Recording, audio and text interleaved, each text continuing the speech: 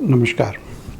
माई on Ayurveda में आज हम एक बुक रिव्यू करने जा रहे हैं जिसका नाम है aging and Ayurveda. The book is written in English and the author is professor Vaidya Kamlesh Kumar Dwivedi ji, जो government Ayurvedic PG college Varanasi में काय चिकित्सा विभाग में विभाग का अध्यक्ष हैं और बुक का पब्लिशर है चौखंबा ओरिएंटाला।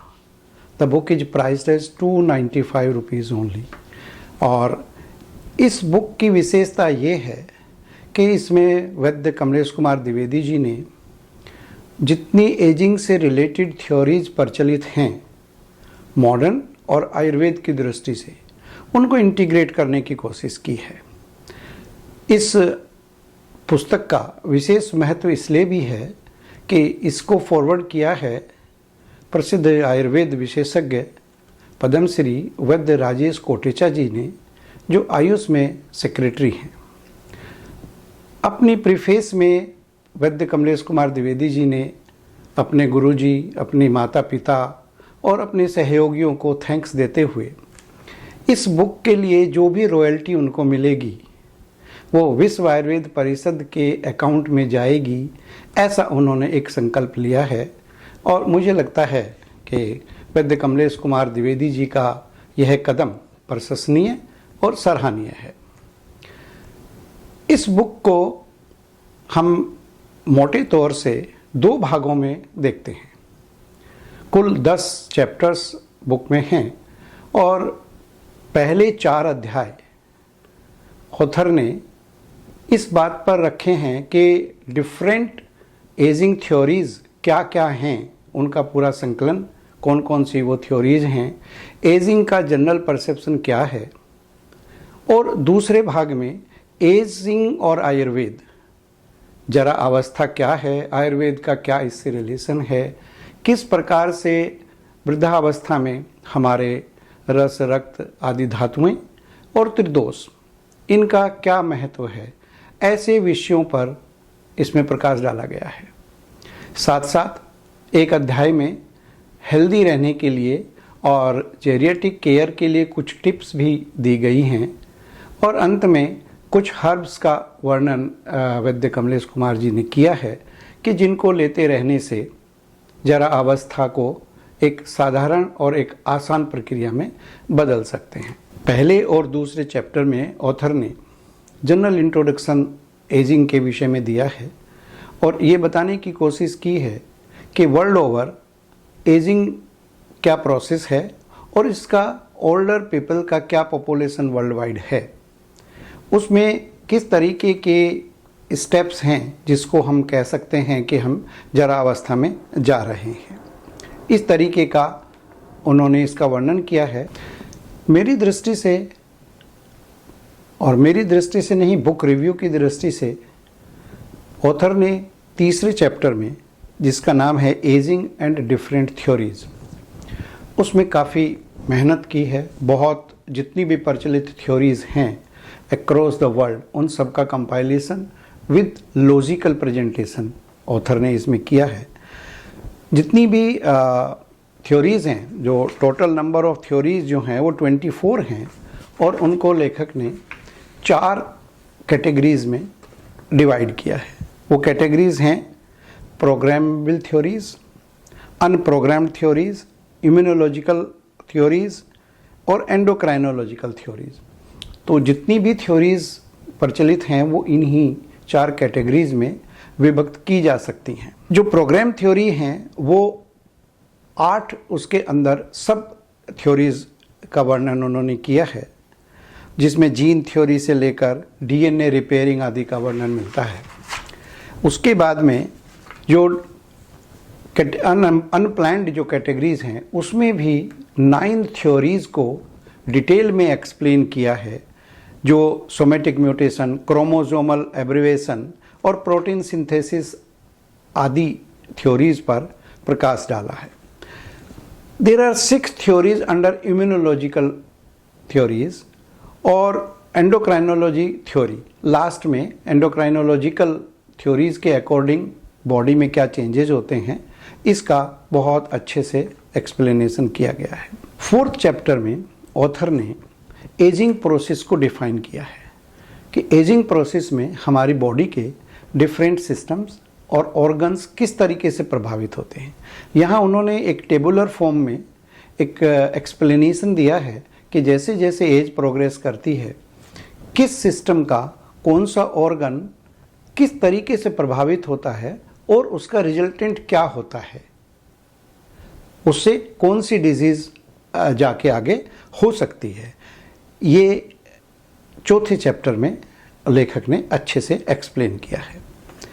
पांचवां जो चैप्टर है आयुर्वेदिक प्रोस्पेक्टिव ऑफ एजिंग है और यहाँ से इस पुस्तक का वो विशेष भाग शुरू होता है जिसमें आयुर्वेद दृष्टिकोण से एजिंग को बहुत अच्छे से समझाया गया है।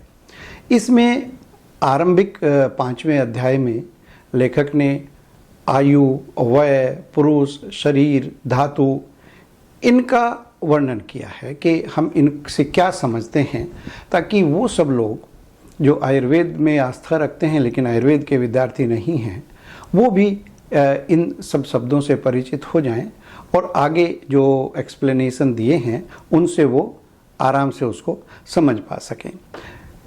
उन्होंने इसी अध्याय में चरक, सुश्रुत के अनुसार आयु को कितने भागों में विभक्त किया है इसका बड़ा सुंदर वर्णन किया है और प्रत्येक 10 वर्ष का एक स्पैन उन्होंने लिया है और उसको कैसे हम क्लासिफाइड कर सकते हैं।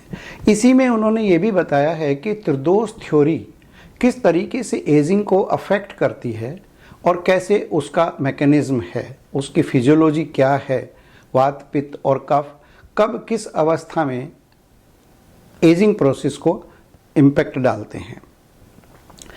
इसी अध्याय में स्रोतस, धातु, ओज इन सब का भी बहुत अच्छा वर्णन लेखक ने किया है और अंत में इस चैप्टर में एक फिजियोलॉजिकल टूल का भी वर्णन उसमें किया गया है जो रिनाउंड आयुर्वेदिक स्कॉलर्स हैं प्रोफेसर आर.एच. सिंह और प्रोफेसर A.R.V. मूर्ति ने ये डेवलप किया है। नेक्स्ट चैप्टर 7th चैप्टर में ऑथर ने काफ़ी मेहनत की है और इस पुस्तक का ये सबसे विस्तृत अध्याय भी है। इसमें ऑथर ने मैनेजमेंट ऑफ एजिंग जो प्रिवेंटिव और प्रमोटिव और थेरेपेटिक तीनों एस्पेक्ट से कैसे हम उसको मैनेज कर सकते हैं उसमें उन्होंने आरंभ किया है दिनचर्या से। ब्रह्म मुहूर्त में उठने के क्या लाभ हैं, ब्रह्म मुहूर्त किसको कहते हैं और क्या क्या एक्टिविटीज़ हमें उठने के साथ साथ डेली रूटीन में लानी है। ऋतुचर्या, एम्फेसिस ऑफ डिफरेंट आहार और विहार, डिफरेंट सीजन्स में हमें क्या खाना चाहिए, किस तरीके का हमारा विहार होना चाहिए। इसी अध्याय में आयुर्वेद की विशेषता के रूप में आदान और विसर्ग काल का भी उन्होंने वर्णन किया है कि किस तरीके से दोषों का संचय होता है, दोषों का प्रकोप होता है, ये कैसे हम कंसिडर कर सकते हैं अपनी एजिंग प्रोसेस को वो करने में। विरुद्ध आहार पर बहुत अच्छा एक कंपाइलेशन है जो कि कौन सा आहार विरुद्ध है और किस आहार के साथ में हमें कौन सा आहार नहीं लेना चाहिए। दिनचर्या के साथ साथ ब्रह्मचर्या और सीजनल रेजिमेंट के किस ऋतु में हमें क्या खाना चाहिए, किस तरीके का हमें व्यवहार करना चाहिए, ये बहुत सुंदर ढंग से पुस्तक में वर्णन किया गया है। 8वां अध्याय कंप्लीटली डेडिकेटेड है उन इम्पोर्टेंट हर्ब्स पर जो एजिंग प्रोसेस में हमें लाभ देती हैं। उनको उन्होंने अल्फ़ाबेटिकली क्लासिफाइड किया है with their botanical name, common name, Sanskrit name, English name, उनके रस, गुण, वीर्य, विपाक, प्रभाव और उनका पार्ट कौन सा यूज़ किया जाता है और कितनी मात्रा में वो पर्टिकुलर हर्ब हमें लेनी चाहिए, ये अनुपान कौन सा होगा, ये उन्होंने बहुत अच्छे से वर्णन उसमें किया है। इस अध्याय में कुल 24 हर्ब्स को उन्होंने डिटेल किया है जिसमें गिलोय है, ब्राह्मी है, मंडूकपर्णी है, अश्वगंधा है, गोक्षुर है और ये सारी औषधियाँ हमें एक अच्छे स्वास्थ्य के लिए आवश्यक मानी जाती हैं। लास्ट डिस्क्रिप्टिव चैप्टर 9th जो है वो इन्होंने कुछ टिप्स रखी हैं।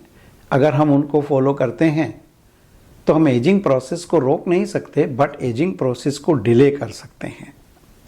कुछ रूल्स हैं, जैसे फूड के प्रकार, कौन कौन से फूड हैं, किस तरीके से हमें फूड खाना चाहिए, इमोशनल फैक्टर्स क्या हैं, उनसे हम किस तरीके से बच सकते हैं।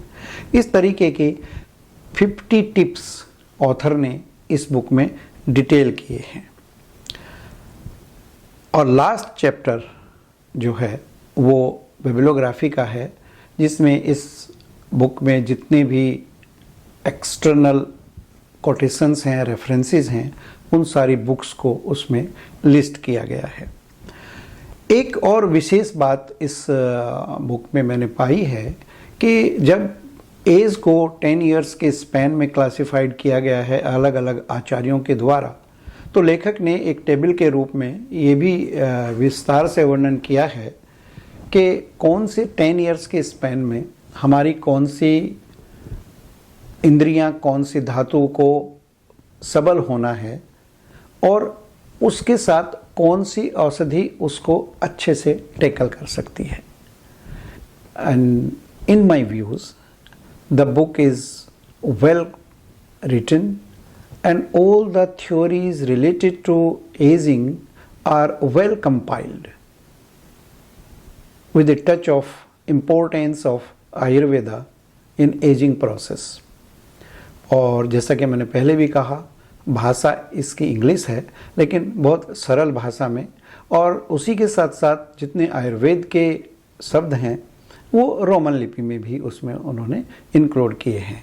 तो आज के लिए इतना ही।